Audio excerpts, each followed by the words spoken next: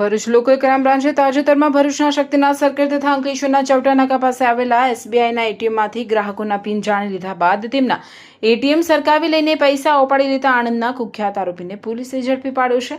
આરોપી સામે એટીએમ સ્વેપિંગના 48 કરતાં વધારે ગુના નોંધાયેલા છે. ભરૂચ શહેરના શક્તિનાથ સર્કલ તેમજ અંકલેશ્વરના ચૌટા નાકા વિસ્તારમાં આવેલા એસબીઆઈ બેંકના એટીએમ પર થયેલા એટીએમ સ્વેપિંગના 2 ગુનાઓનો ભેદ ઉકેલી ભરૂચ લોકલ ક્રાઇમ બ્રાન્ચે એક રીઢા આરોપીને ઝડપી પાડ્યો છે. પોલીસે આરોપી પાસેથી રોકડા રૂપિયા અને મોબાઈલ મળી કુલ 7,400નો મુદ્દામાલ કબજે કર્યો છે.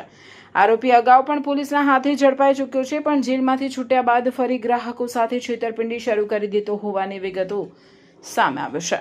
ભરૂચના શક્તિનાથ વિસ્તારમાં આવેલા એસબીઆઈના એટીએમ પર 6 તારીખે આવેલા એક વૃદ્ધને મદદ કરવાના બહાને એક વ્યક્તિએ તેમનું એટીએમ કાર્ડ બદલી લીધું અને પાસવર્ડ જાણી લીધો. બાદમાં એટીએમ અને પિનનો ઉપયોગ કરી શ્રવણ ચોકડી પાસે આવેલા એક એટીએમમાંથી 40,000 ઉપાડી લીધા હતા. ઘટનાના 3 દિવસ બાદ એટલે કે 9મી તારીખે આરોપી અંકલેશ્વર ગયો, જ્યાં ચૌટા બજાર વિસ્તારમાં આવેલા એક ગ્રાહકનું એટીએમ બદલીને તેના ખાતામાંથી 18,500 ઉપાડી લીધા.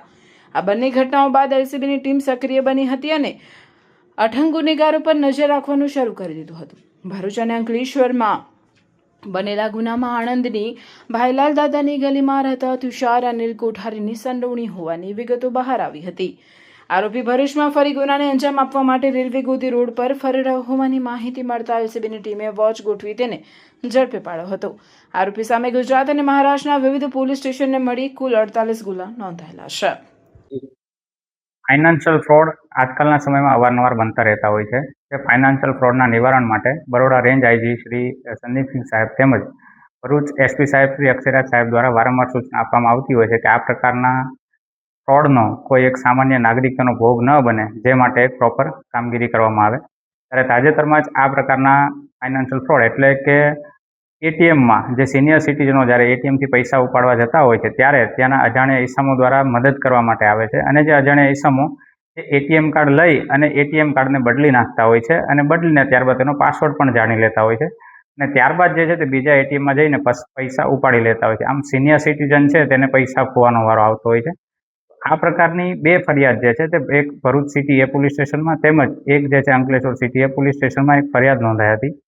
જેને અનુસંધાને આરોપીને પકડવા માટે એક એલસીબી દ્વારા એક ટીમનું ગઠન કરવામાં આવેલું અને જે ટીમ દ્વારા એક લોકલ ઇન્ટેલિજન્સી, હ્યુમન ઇન્ટેલિજન્સી અને ટેકનિકલ ઇન્ટેલિજન્સીના આધારે એક આરોપીની અટકાયત કરવામાં આવે છે અને જે આરોપીની એક પૂછપરછ કરવામાં આવે છે તો પૂછપરછમાં એવું ખુલે છે કે તેણે ભૂતકાળની અંદર આવી 47 થી 50 જેટલી ઘટનાને અંજામ આપેલો છે અને જે ઘટના અન્વયે તે ટોટલ 6 મહિના જેટલો જેલવાસ પણ ભોગવી ચૂકેલો છે અને ત્યારબાદ છેલ્લા 20 દિવસથી જેલમાંથી બહાર આવેલો હતો અને ત્યારબાદ ફરીથી તેણે ભરૂચમાં આવી અને આ પ્રકારની 2 ઘટનાને અંજામ આપેલો છે.